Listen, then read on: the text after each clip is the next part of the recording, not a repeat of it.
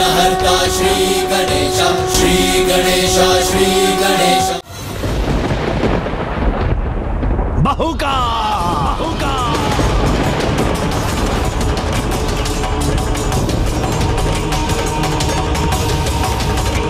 तुम सब साथ मिलकर मुझे मेरे स्थान से हिला के दिखाओ।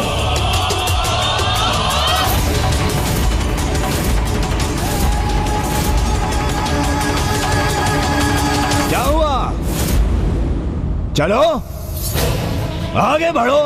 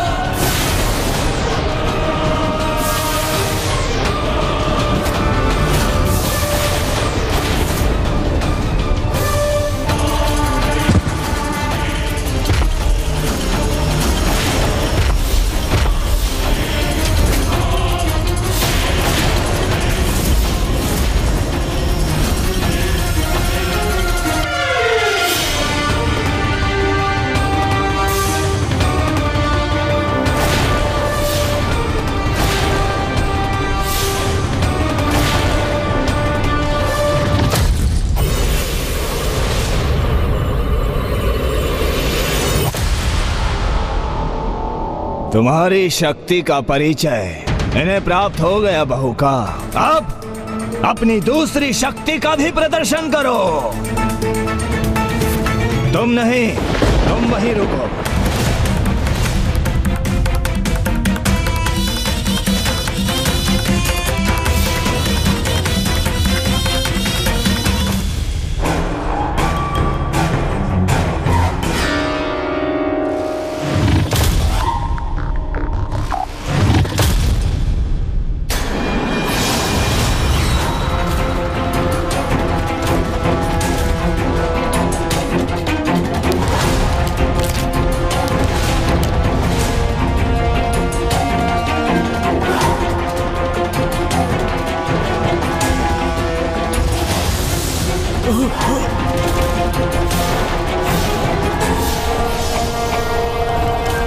वो सैनिक की प्रतिछाया के साथ निकल गया उसको।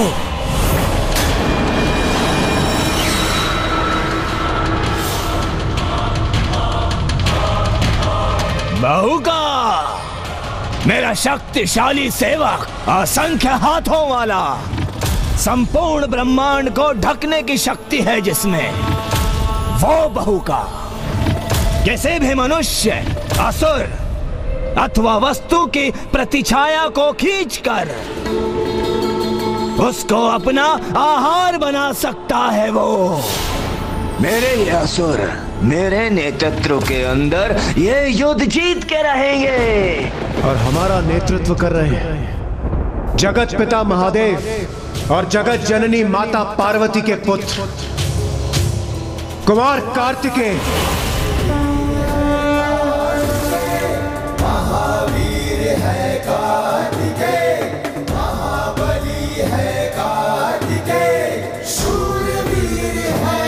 आपका परिचय तो प्राप्त है मुझे कुमार कार्तिकेय। आप एक अत्यंत कुशल योद्धा ही नहीं, अपितु अपनी कुशाग्र बुद्धि से आप शत्रु के बिछाए किसी भी जाल को नष्ट करने का सामर्थ्य रखते हैं। तो अब तो तुम्हें ज्ञात हो गया ना अट्टासुर कि यहाँ तुम्हें चिंता करने की कोई आवश्यकता नहीं है।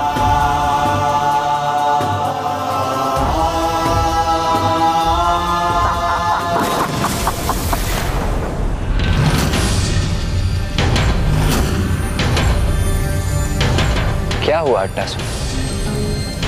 क्या अब भी तुम्हारे मन में कोई संशय शेष है?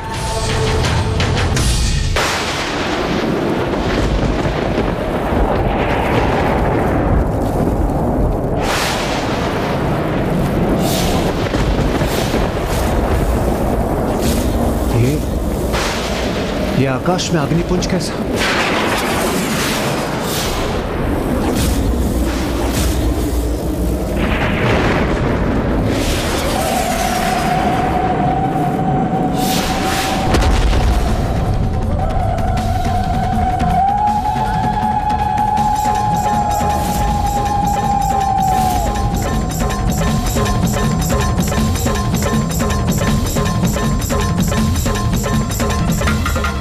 समस्त देवी देवताओं में सर्वाधिक श्रेष्ठ योद्धा।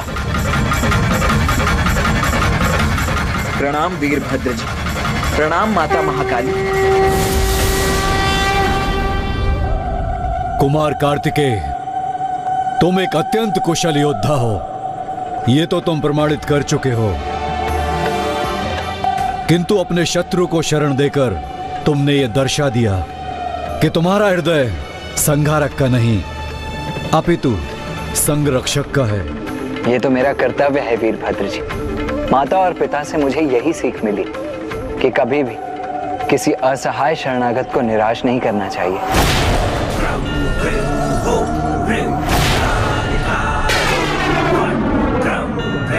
तुमने कुमार कार्तिकेय के प्रश्न का उत्तर नहीं दिया।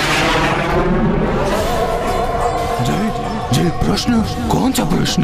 वही प्रश्न जो कुमार कार्तिकेय ने हमारे आगमन के पूर्व पूछा था कि जो कुछ भी उन्होंने कहा, क्या उसके बाद भी तुम्हारे मन में कोई संशय शेष है?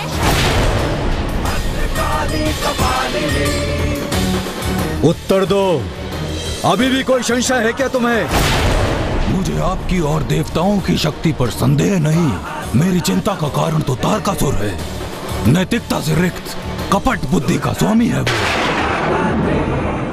और अपनी कपट बुद्धि का प्रयोग कर वो युद्ध में विजयी होने के लिए कैसी नीचता का प्रदर्शन करेगा, इसका अनुमान लगाना भी कठिन है। तब तो उस दुराचारी अधर्मी को दंडित कर और अधर्म पर धर्म की विजय सुनिश्चित करने में और भी आनंद आएगा मुझे।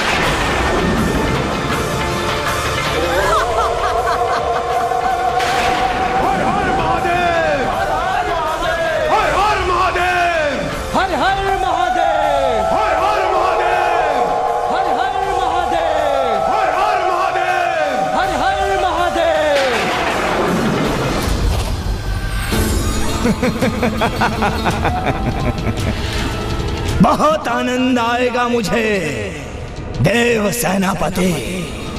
तुम्हें तनिक भी अनुमान नहीं होगा कि कल मैं तुम्हें कैसे चकित करूंगा। अपने चिता को तैयार करवा लो महादेव पुत्र, क्योंकि कल तुम्हारा अंत निश्चित है।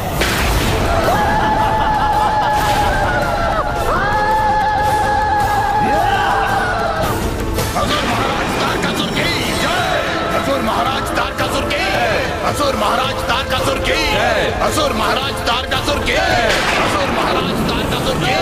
अब बुराई पर अच्छाई हेतु वो महायुद्ध शीघ्र आरंभ होने वाला था। वो युद्ध जो दुर्बल असहाय जीवों को अत्याचारी के आतंक से मुक्त कराने के लिए होने वाला था। वो युद्ध जिसकी देवताओं को बड़ी अधीरता से प्रतीक्षा थी। वो युद्ध जिसके लिए कुमार कार्तिकेय का जन्म हुआ था।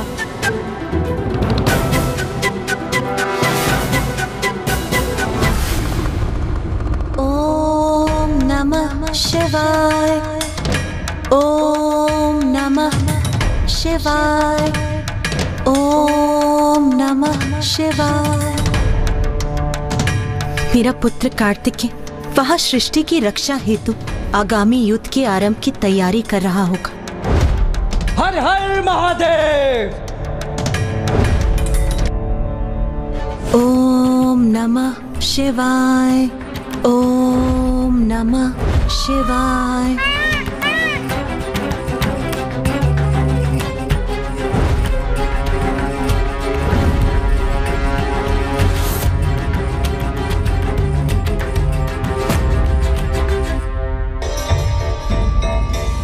युद्ध के पूर्व किसी प्रकार का तनाव अथवा चिंता नहीं होनी चाहिए उसे। कदाचित चिंता रहित होने के लिए उसे मुझसे मंत्रणा करने की इच्छा हो, किंतु मैं तो उससे दूर यहाँ।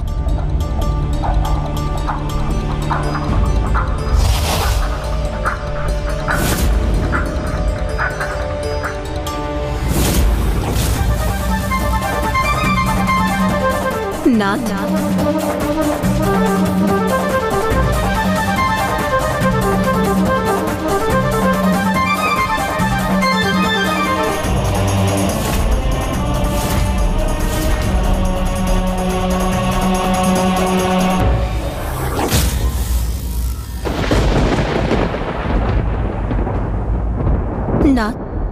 नाथ, आज मेरा पुत्र, मेरा कार्तिकेय अपने जीवन का सबसे भीषण संग्राम करने जा रहा है, वो भी उस दुष्ट असुर तारकासुर के साथ।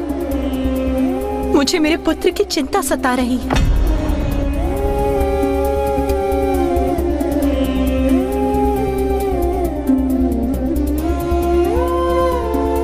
क्या आपको वास्तव में विश्वास है कि आपका पुत्र पूर्ण रूप से तैयार नहीं?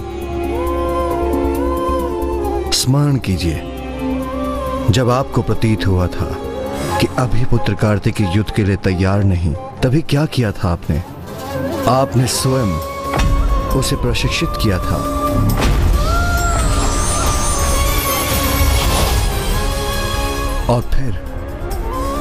और जब आप उसके प्रशिक्षण के उपरांत उसकी योग्यता, उसके सामर्थ्य के प्रति आश्वस्त हुई थी, तभी उसे देव सेनापति के पद पर नियुक्त किया गया था।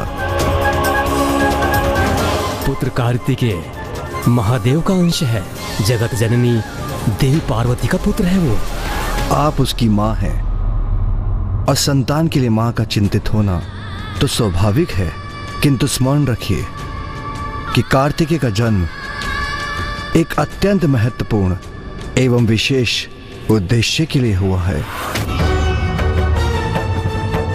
और वो विशेष उद्देश्य है तारकासुर का वध। अभी तक अपने मार्ग की समस्त बाधाओं को सफलतापूर्वक सामना कर कुमार कार्तिकेय ने उस उद्देश्य के लिए अपनी योग्यता को प्रमाणित किया है। इसलिए अब वो जब अपने जन्म के प्रयोजन को सिद्ध करने के इतने निकट है, तो उसकी योग्यता और तैयारी के लिए अपने मन में संशय मत रखिए, क्योंकि आपके संशय और चिंता का आभास उसे विचलित करेगा। पुत्र कार्तिकेय द्वारा अपने कर्तव्य को निभाने में उसका बल बनिए पार्वती, दुर्बलता नहीं। आज आपका पुत्र आपके ही अन्य संतानों को तारकासुर की दुष्टता से मुक्त कराने के लिए अग्रसर हो रहा है। इसलिए उसकी चिंता त्याग कर उसे आशीष प्रदान कर उसे बल दीजिए कि वो अपने कार्य को सफलतापूर्वक संपन्न कर सके।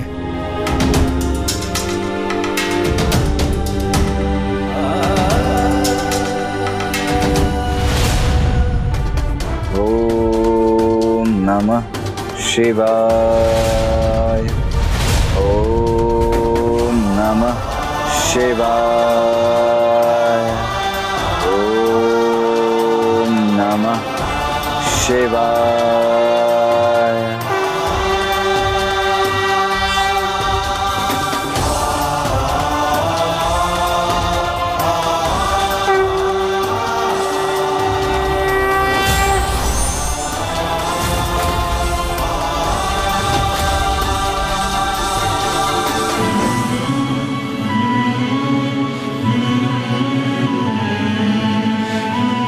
मां, पिताश्री, इस युद्ध में जाने से पूर्व मेरे मन में मात्र एक ही इच्छा है कि मैं आपके चरण स्पर्श कर आपका आशीष प्राप्त कर सकूं। अवश्य पुत्र।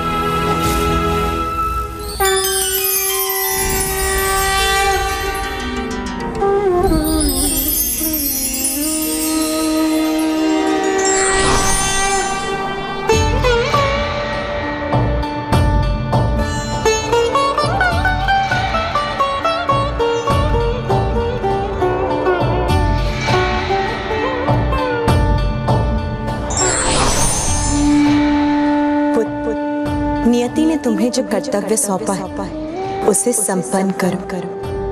भली भांति नेतृत्व करो देवसेना। अट्टासुर को दिया वचन निभाओ पुत्र, और तारकासुर के आतंक से मुक्त करो देवताओं को।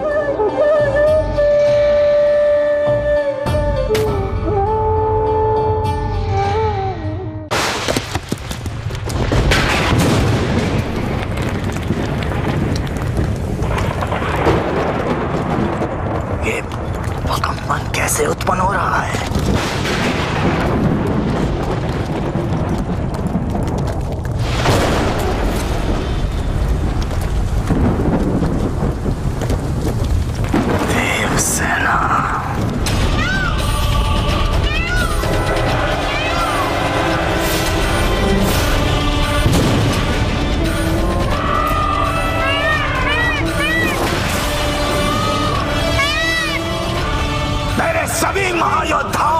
सैनिकों को आहत में एकत्रित करो अभी।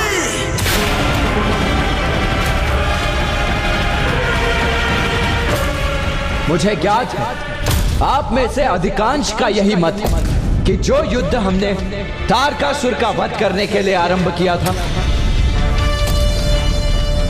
अब उसका लक्ष्य अट्टासुर की सुरक्षा में परिवर्तित हो गया है। और आप सभी का यह विचार सर्वथा उचित है।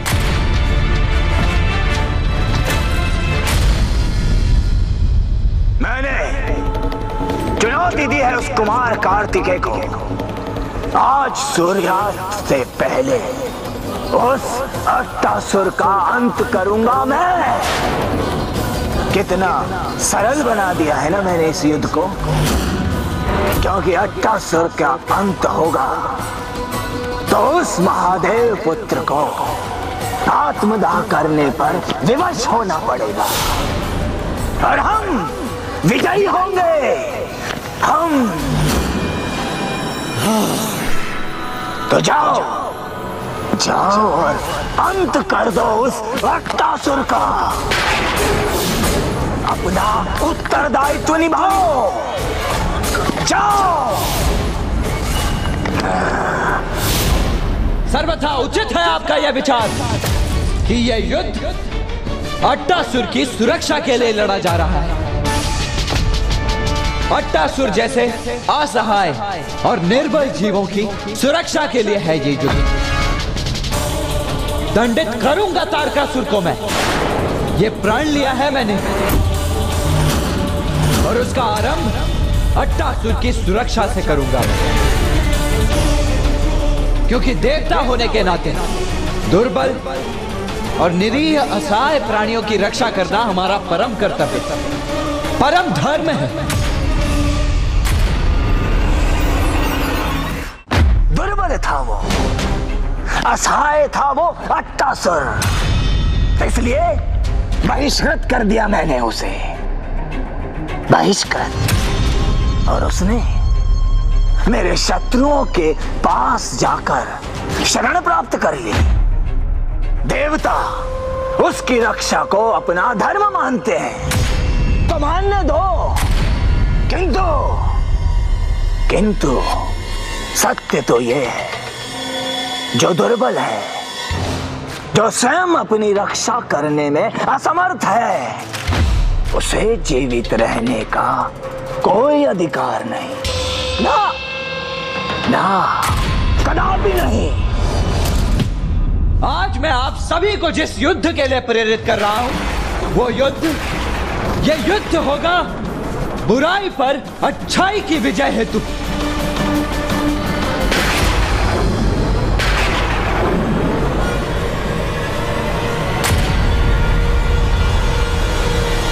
हर हर महादेव! हर हर महादेव! हर हर महादेव! हर हर महादेव! हर हर महादेव! हर हर महादेव! मेरे लिए युद्ध करो, क्योंकि तुम्हारा कवच बन सदा तुम्हारी रक्षा करूंगा मैं, और संपूर्ण सृष्टि में असुरों का आधिपत्य स्थापित करूंगा मैं। और फिर कहीं कोई देवता किसी असुर का अपमान नहीं कर सकता। तो जाओ और अपने महानतम महाराज के लिए युद्ध करो। जाओ जाओ जाओ। असुर महाराज तारकासुर की जय! असुर महाराज तारकासुर की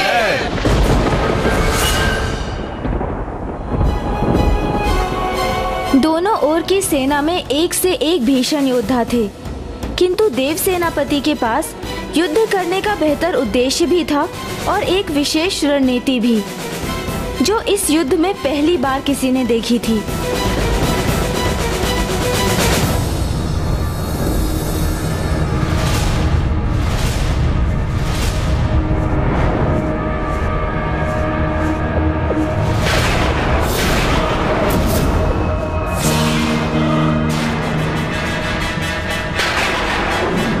आक्रमण!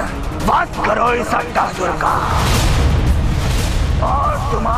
मार्ग में यदि कोई भी देव सैनिक आए तो उसका भी अंत कर दो।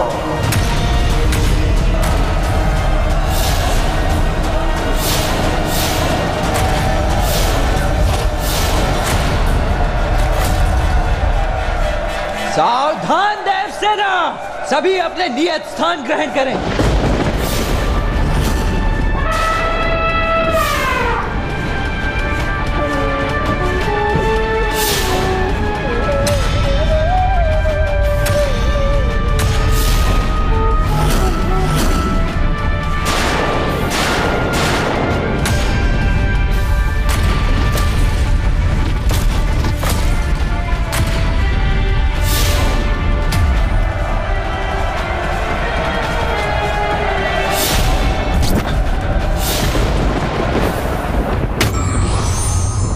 प्रथम कर्तव्य होता है कि वो अपने दल का उत्साह बढ़ाए और किसी भी युद्ध के लिए अपनी सेना को प्रेरित करे।